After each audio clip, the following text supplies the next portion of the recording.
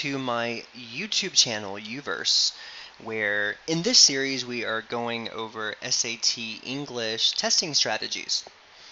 The reading test does have 65 minutes to take it with 52 questions. Today we will be focusing on the literary fiction portion, and the first testing strategy for reading literary fiction on the SAT exam is going to be to read for the main idea. So let's go ahead and look at the first example here, and we can read for the main idea. As you see in this passage, we have a very long paragraph here, another long paragraph on the other page, a third long paragraph here, and so it's very, very helpful to approach this portion of the exam especially as efficiently as possible. So the way we do that is step one, we are going to write for the main idea. So let's go ahead and get going on that. This passage is adapted from Comprehension, The Master in 2004. The novel is based on the life of writer Henry James, his life being between 1843 and 1916. Now, the most important thing to do is write annotations out to the side here. So we'll go ahead and get our box ready. This annotation box is going to be specifically for writing the main idea. When you are taking the exam, of course, you will be writing this out in the margins with your pencil. Okay, so let's go ahead and read the paragraph. On one of his strolls in Rye, Henry stopped at the door of Mr. Milson, who after the first meeting greeted him instantly as Mr. James, and knew him as the American writer. Having his walk in Rye, he was slowly growing to admire and love. Upon his second or third conversation with Mr. Milson, during his time as a resident of Point Hill, he observed that he longed for a permanent spot in the area, in the countryside, or indeed in the town itself. Since Mr. Milson enjoyed talking, and since he was not interested in literary matters, and since he had not been to America and knew no other Americans, and since Henry's knowledge of ironmongery was rudimentary, the two men discussed houses, one which had been for rent in the past, others which had been put on the market, or sold, or withdrawn, and others much coveted which had never been bought, or sold, or rented in living memory. Each time he visited, once they had initiated their subject, Mr. Milson hawed him the card on which Henry's London address was inscribed. He had not mislaid it, he had not forgotten, he insisted, and then enticingly would mention some great old house, perfect for a bachelor's needs, but sorrowfully would have to admit that the house remained firmly in its owner's hands and seemed unlikely to leave them in the foreseeable future. Okay, so we can go back to our text box here. The main point here is we want to summarize all of the information into one sentence, one or two sentences, that conveys the main idea of the paragraph. In dialogue, where you have two people having a conversation with many lines, you can group the lines together in, longer groups of lines and summarize the conversation or character traits, for example, character arc, things like that.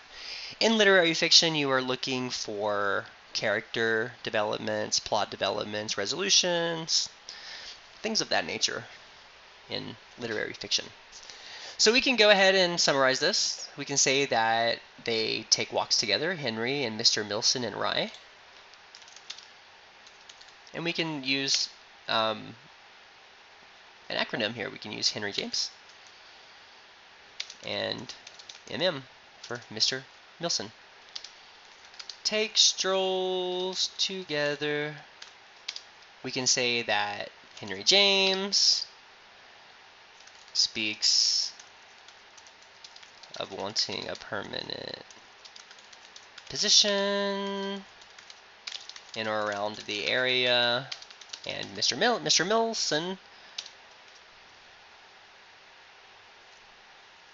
cannot connect culturally, so he instead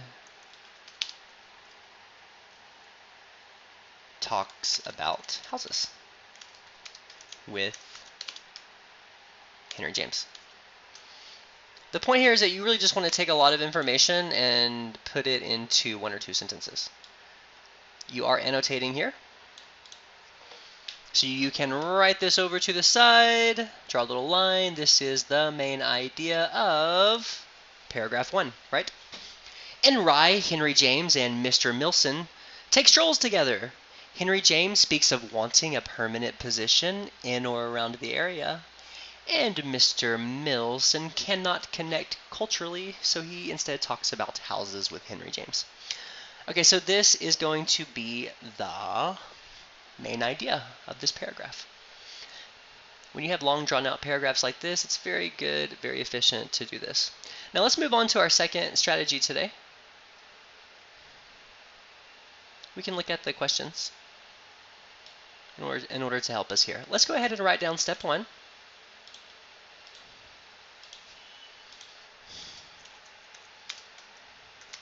Read and annotate for the main idea in each paragraph, or of each paragraph.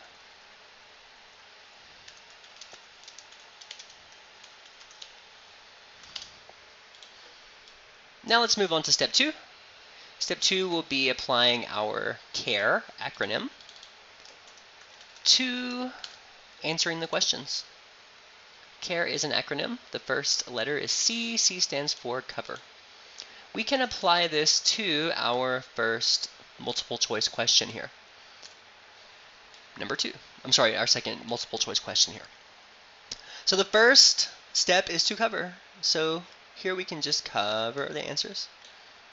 Put little X's through them. Put your sheet of paper on it. Just cover the answers so you do not see.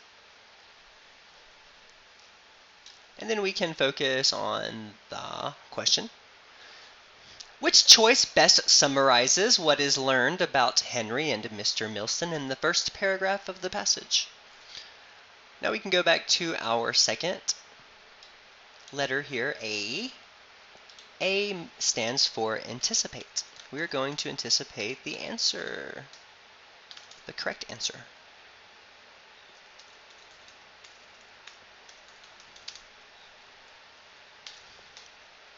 Let's put this down for A is anticipate.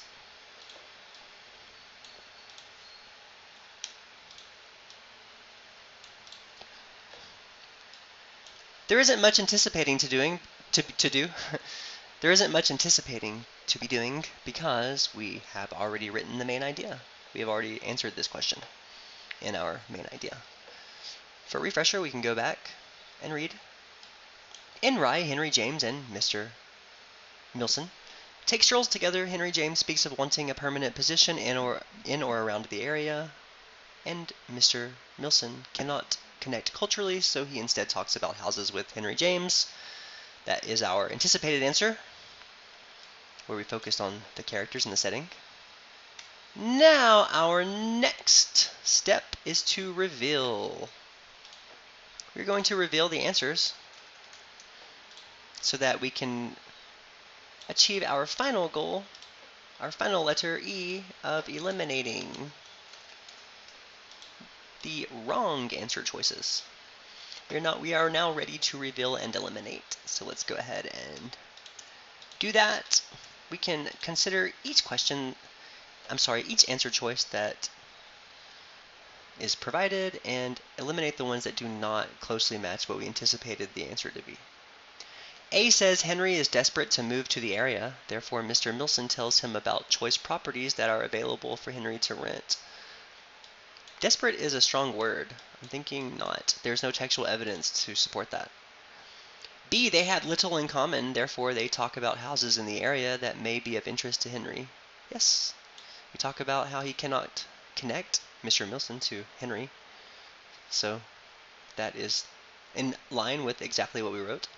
C says Mr. Milson is not fond of new arrivals, therefore he engages insincerely in discussions with Henry. That is not true at all. There is no textual evidence to support that. They are both new to Rye, therefore they agree to collaborate in order to help each other find places to live. This is not supported by any textual evidence. That only leaves us with answer choice B.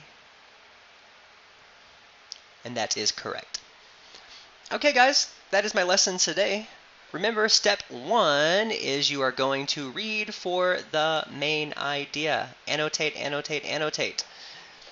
Get those notes going so you can be efficient with the information that you've read. And then step number 2, most importantly, you want a correct answer choice response, of course, to make that high score. So in order to do that, we can follow this simple testing strategy. Cover the answers, anticipate what you think the correct answer will be based off of the notes that you've annotated in the margins for main ideas in literary fiction, then reveal and eliminate the wrong answer choices. And that's it, folks. Thank you for stopping by my channel today. I hope that this was helpful. If you liked the video, please hit those subscribe and like buttons. And I will be producing more videos on ACT and SAT, math, English, social studies, and science. Many other classes as well. So thank you again for stopping by the channel, and we hope to see you again here very soon. Take care. Hello, and thank you for watching my video. If you liked the video, I am providing a link at the bottom of the page for you to visit my OutSchool page and sign up for a course with me.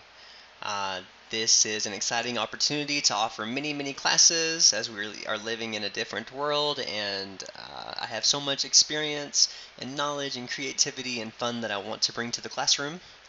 And OutSchool is a great platform for me to do that. I have a course here called SAT All Things English, ACT All Things English, SAT All Things Math, ACT All Things Math. I have ACT Social Studies, Science, everything is in these courses. Okay? So if you liked the video and you are interested in taking me as your teacher, then by all means visit the OutSchool page, and I look forward to hearing from you and hopefully you becoming my next student. Thank you for stopping by today.